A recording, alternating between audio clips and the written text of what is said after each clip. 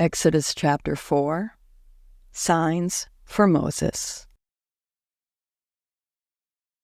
Moses answered, "What if they do not believe me or listen to me and say, 'The Lord did not appear to you'?" Then the Lord said to him, "What is that in your hand?" "A staff," he replied. The Lord said, "Throw it on the ground." Moses threw it on the ground, and it became a snake, and he ran from it. Then the Lord said to him, "Reach out your hand and take it by the tail." So Moses reached out and took hold of the snake, and it turned back into a staff in his hand. "This," said the Lord, "is so that they may believe that the Lord, the God of their fathers, the God of Abraham, the God of Isaac, and the God of Jacob, has appeared to you." Then the Lord said, "Put your hand inside your cloak." So Moses put his hand into his cloak, and when he took it out, the skin was leprous. It had become as white as snow. "Now put it back into your cloak," he said. So Moses put his hand back into his cloak, and when he took it out, it was restored, like the rest of his flesh.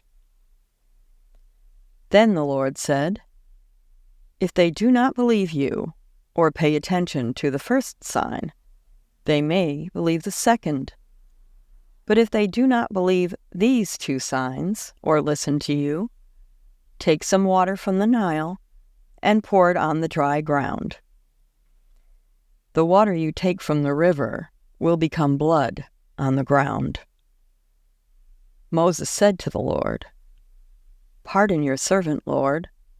I have never been eloquent, neither in the past nor since you have spoken to your servant. I am slow of speech and tongue." The Lord said to him, "Who gave human beings their mouths? Who makes them deaf or mute? Who gives them sight or makes them blind? Is it I, the Lord? Now go. I will help you speak, and I will teach you what to say." But Moses said, "Pardon your servant, Lord. Please send someone else."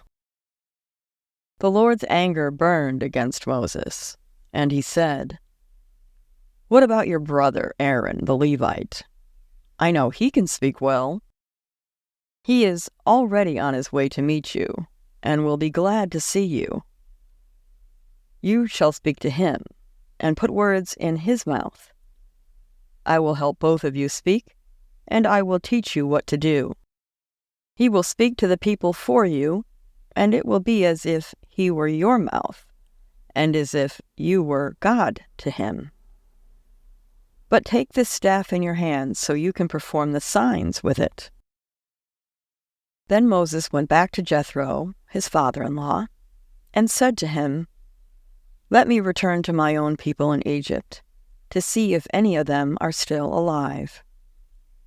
Jethro said, "Go, and I wish you well." Now the Lord had said to Moses in Midian, "Go back to Egypt, for all those who wanted to kill you are dead." So Moses took his wife and sons, put them on a donkey, and started back to Egypt. And he took the staff of God in his hand. The Lord said to Moses, "When you return to Egypt, see that you perform before Pharaoh all the wonders I have given you the power to do. But I will harden his heart, so that he will not let the people go.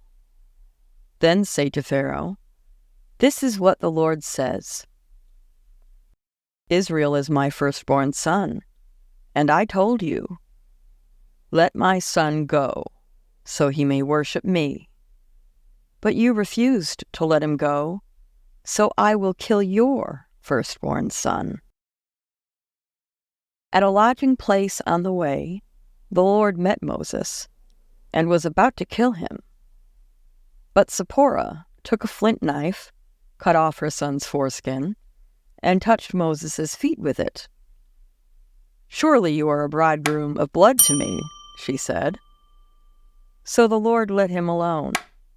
At that time, she said, "bridegroom of blood," referring to circumcision.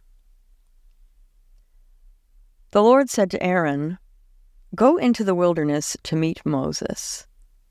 So he met Moses at the mountain of God and kissed him.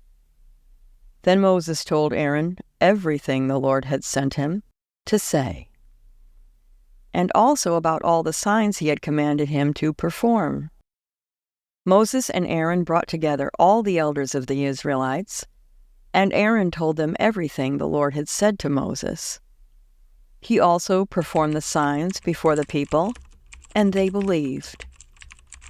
And when they heard that the Lord was concerned about them and had seen their misery, they bowed down and worshipped.